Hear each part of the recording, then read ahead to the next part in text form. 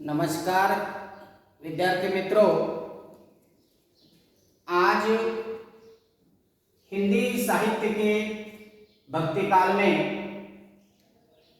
सगुण भक्ति और निर्गुण भक्ति इन दोनों का अंतर या भेद मैं समझाने की आप लोगों को कोशिश कर रहा हूं। हिंदी साहित्य के इतिहास में भक्ति काल 1375 से 1700 तक माना जाता है और भक्ति काल के प्रमुख रूप से दो भेद हो गए, एक है सगुण और दूसरा है निर्गुण। सगुण भक्ति में राम भक्ति और कृष्ण भक्ति, राम भक्ति के सर्वे सर्वा संत तुलसीदास तथा कृष्ण भक्ति के सूरदास जी है। सगुण भक्ति की जो भी विशेषताएं हैं उसमें इन लोगों ने ईश्वर को सगुण साकार रूप में देखा है। इसलिए सगुण भक्ति में जो रूपोपासना, लीला रहस्य या अवतारवाद की भावना, ये जो विशेषताएं हैं इनका हमें अध्ययन करना है। सगुण भक्ति में ईश्वर का सगुण साकार रूप माना है, विष्णु के अवतार माने हैं, दशावतार का चित्रण किया गया है।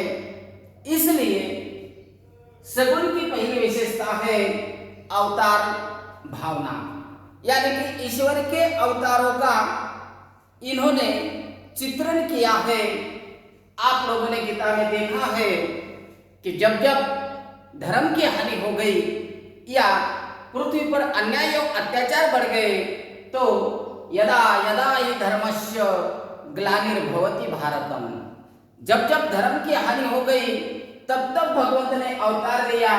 ये अवतार भावना हमारे सगुण भक्ति में, तुलसीदास जी के साहित्य में, सूरदास जी के साहित्य में या अन्य संतों के साहित्य में दिखाई देती है। दूसरी महत्वपूर्ण बात है लीला रहस्य। और लीला रहस्य में अगर श्री कृष्ण जब छोटे थे तो उनका बारकाई से चित्रण करने का पूरा श्रेय जितना सूरदास जी को जाता है, इतना अन्य लोगों ने लीला रहस्य में उतना साहित्य नहीं लिखा है। यानी लीला रहस्य के सर्वे सर्वा महात्मा सूरदास जी है कि आंखों से अंधे होने के बावजूद भी उन्होंने श्री कृष्ण की बारीक से बारीक लीलाओं का चित्रण अपने ग्रंथों में किया है।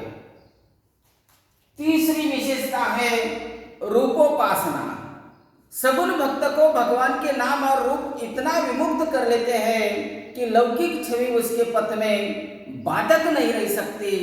आरंभ में सगुण उपासक नाम रूप मुक्त आचार अवतार अर्थात मूर्ति के समक्ष आकार उपासना करते हैं, परंतु निरंतर भावना, चिंतन एवं गुण कीर्तन से वह आराध्य से ऐसा सन्निविष्ट हो जाते हैं कि किसी भौतिक उपकरण की उन्हें आवश्यकता भी नहीं पड़ती है।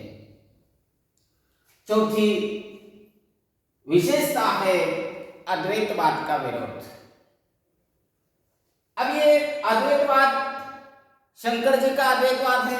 अद्वैतवाद यानी दो नहीं एक है, लेकिन सगुण भक्तों ने इस दो नहीं एक का विरोध किया है और उनके कहने के अनुसार अपने ईश्वर के अवतार हुए हैं, दशा अवतार उन्होंने स्वीकार किए हैं। अगली विशेषता है जाति भेद की अमान्यता। और दोस्तों कि सगुण हो या निर्गुण हो, दोनों में भी जाति भेद की अमान्यता उन्होंने स्वीकार की है। यानी कि जाति भेद उन्होंने पूरी तरह से नहीं माना है कि किसी भी जाति का, किसी भी पंथ का, किसी भी धर्म का व्यक्ति भगवान की आराधना कर सकता है। अंतिम लोक जीवन तो राम की कथाएं, कृष्ण की कथाएं, इनके माध्यम से उस समय के लोक जीवन का चित्रण किया गया है। और इससे मर्यादा पुरुषोत्तम प्रभु रामचंद्र हो या श्री कृष्ण की लीलाएं हो, उन सब बातों का चित्रण सगुण भक्ति में आ जाता है।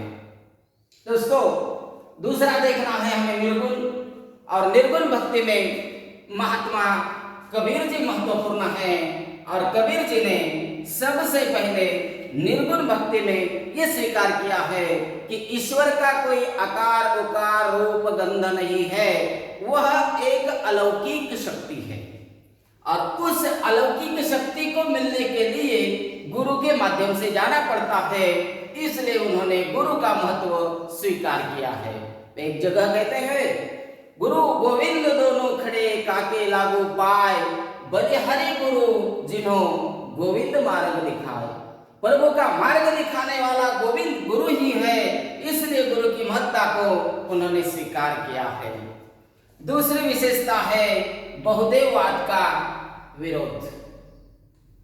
अब हिंदू धर्म में 33 कोटि देवताएं मानी जाती है, फिर किस किस की पूजा करनी चाहिए, इसलिए उन्होंने बहुदेववाद का विरोध किया है और केवल एकेश्वर यानी को उन्होंने स्वीकार किया है। अब इसमें तो पाथर पूजे हरि मिले तो मैं पूजू पहाड़, ताते वह चाकी भली पीस खाए संसार। अरे भाई, इतने भगवान बना दिए हैं अपने पत्थरों के, तो इन पत्थरों को पूजने के बजाय मैं उस चाकी को पूजता हूँ कि जिससे पीसा हुआ आटा ये संसार खाता है। विरहानुभूति कि उस आत्मा और परमात्मा के मिलन में ये आत्मा इतनी व्याकुल हो जाती है, उसका चित्रण विरहानुभूति में पड़ता है। उदाहरण यहाँ अगर आप लोगों को बता रहा है तो प्रभु रामचंद्र के मिलन में महात्मा कबीर, प्रभु रामचंद्र यानी प्रभु रामचंद्र कौन से? दशरथ सूत तिहु लोक बखाना, राम नाम का मर्म है जाना। दशरथ सूत तिहु लोक को बताने के लिए कहा गया है, लेकिन राम नाम का जो मर्म है वह मैं आप लोगों को बता रहा हूँ। और विरहानुभूति का अगर सुंदर उदाहरण देना है आप लोगों को, तो उस राम के विरह में यानी कि परमात्मा के विरह में आत्मा कितनी व्याकुल हो जाती है, उसका उदाहरण मैं आप लोगों को बताता हूँ। अंशरिया झाई पड़ी पथनी हारी निहारी, दिभड़िया छाल्या पड़िया राम पुकारी पुकारी। कि मैं उस परमात्मा के लिए मेरी आत्मा इतनी व्याकुल हो गई है कि मेरे आंखों को उनका पथ निहारते निहारते झाई पड़ गई है और मेरी जिभड़िया को छाले पड़ गए हैं, छाले। चौथी है विशेषता सुमिरन। और भगवान का अगर चिंतन करना है, आत्मा को परमात्मा की अगर प्राप्ति करनी है, तो उसके लिए जरूरी है सुमिरन।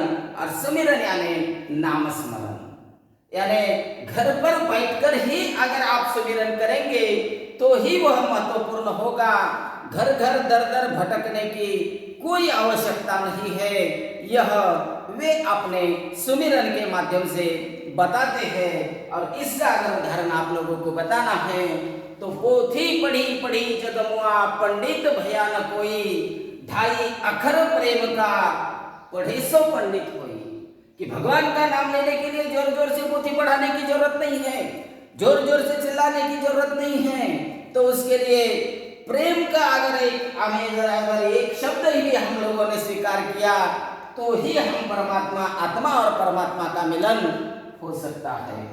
मित्रों, 5 नंबर है परकीया निषेध। और परकीया निषेध में भले ही लोगों ने कहा है कि नारी का कबीर ने विरोध किया, लेकिन कबीर नारी के विरोधी नहीं थे।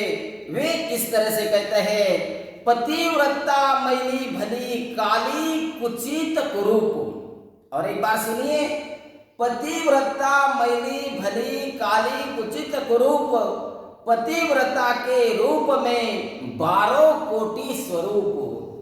कि पतिव्रता स्त्री अगर मैली है, काली है, कुचिल है, कुटित है तो भी चलेगा, लेकिन अगर वह पतिव्रता है तो ऐसी स्त्री पर कोटि कोटि रूप हमें संवारने चाहिए। इस प्रकार से महिला का उत्थान या नारी के प्रति महात्मा कबीर जी का दृष्टिकोण है। अंतिम विशेषता है माया की भर्त्सना।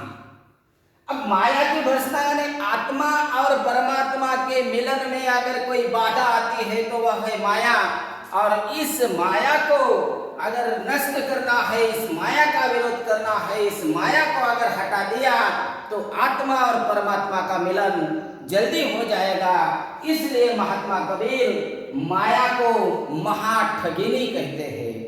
माया महाठगिनी, रमैया तोर दुल्हन लुटे बाजार, सूरपुर लुटी नागपुर लुटियो, नारद मुनि के परी पछार। तो ये माया अगर बीच में आ गई तो आत्मा और परमात्मा का मिलन नहीं हो जाता। इसलिए महात्मा कबीर ने इस निर्गुण भक्ति में माया का भी विरोध किया है। मित्रों, हिंदी साहित्य के इतिहास में जो भक्ति काल का संक्षेप में चित्रण है या सगुण और निर्गुण में क्या अंतर है, वह संक्षेप में मैंने आप लोगों के सामने रखा। धन्यवाद।